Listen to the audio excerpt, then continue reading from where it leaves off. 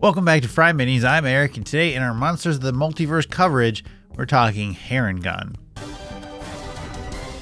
Okay, spoiler alert, and the YouTube algorithm is going to kill me for this, but they are literally identical to what was printed in Witchlight.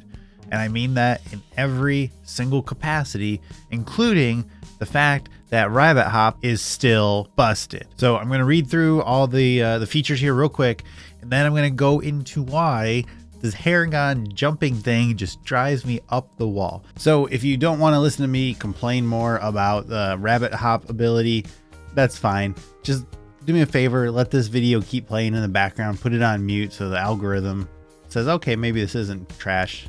Leave a comment if you can. But go watch one of Julie's videos. They're a lot more fun. Let's just burn through all this stuff first. Harengons originated in the Feywild, where they spoke Sylvan and embodied the spirits of freedom and travel. In time, these rabbit folk hopped into other worlds, bringing the Fey realm's exuberance with them and learning new languages as they went. Harengons are bipedal, with the characteristic long feet of the rabbits they resemble and fur in a variety of colors. They share the keen senses and powerful legs of leporine creatures and are full of energy like a wound-up spring. Harengons are blessed with a little fey luck, and they often find themselves a few fortunate feet away from dangers during adventures. Exactly the same as previously published. Okay, so for our kind of general traits, we're the same as everything else here. Our stats are +2 and +1, or 3 +1s, common and language of our choice, about the size of a human, about 100 years. Now, our Harengon specific traits, we are medium or small. We choose this when we are at level 1. We are humanoid. We have a movement speed of 30 feet. Now, why these don't count as Fey or get the Fey ancestry feature that so many creatures are getting in this book, I don't have an answer for you. Hair Trigger, you can add your proficiency bonus to your initiative rolls. Great, this is an outstanding feature. Leporine Senses, you have proficiency in the perception skill. Good, that's honestly probably the best single skill in the whole game. Lucky Footwork, when you fail a dexterity saving throw, you can use your reaction to roll a d4 and add it to the save, potentially turning the failure into a success. You can't use this reaction if you're prone or your speed is 0. This is super cool. This is very thematic. I like this a lot. I think this whole race is a really cool race, and it's a lot of fun to play. And then we've got one more feature that's where we're going to get into stuff. I've played Harengon for a one shot, and it was a hoot. It was a very active feeling race. I like it a lot. However, it's just this wording is just miserable on this next part. Rabbit Hop. As a bonus action, you can jump a number of feet equal to 5 times your proficiency bonus without provoking opportunity attacks. You can use this trait only if your speed is greater than 0. You can use it a number of times equal to your proficiency bonus, and you regain all expended uses when you finish a long rest. Okay, so the theory of what we're doing here is a bonus action to jump that counts as kind of a special disengage with a special amount of movement speed is cool. I think that's great. I think that makes sense. I think mechanically it's solid. It's really good. However, the thing that just gets me crazy with this is called Rabbit Hop, but then it uses the specific word jump. Jump is a mechanical term in D&D, just like climb or swim. So jump, let me just show you. Okay, so this is the player's handbook, chapter 8, special types of movement, our category of jumping. Your strength determines how far you can jump. And then we have 2 kinds of jump, long jump and high jump. Both long jump and high jump have strength-based equations for our distance. But the overall jumping category, your strength determines how far you can jump. So when this race came out in Witchlight, we did a couple videos on it. We partnered up with Indestructible for one of them too, and we talked this through. So we have jump as a category and then 2 specifics, the high and the long. But the overall category still says your strength determines. And so there's a lot of kerfuffle around this when it came out. So it caused some errata to be generated by Jeremy Crawford. So here are like tweaks to the rules. So what does he say to this? Is Rabbit Hop a high jump or a long jump?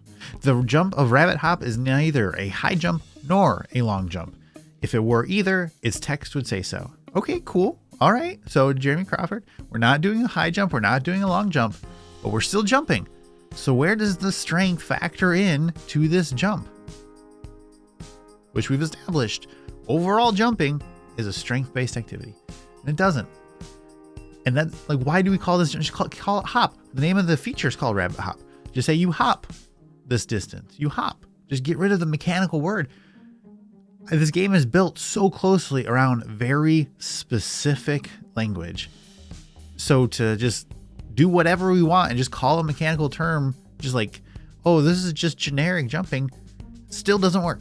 But then you say, oh, but Eric, jump is just like, it says jump, but doesn't actually mean jump. It's just like the language it's using to like hop around, right? Like that's what you want, Eric, or you want it to be hop.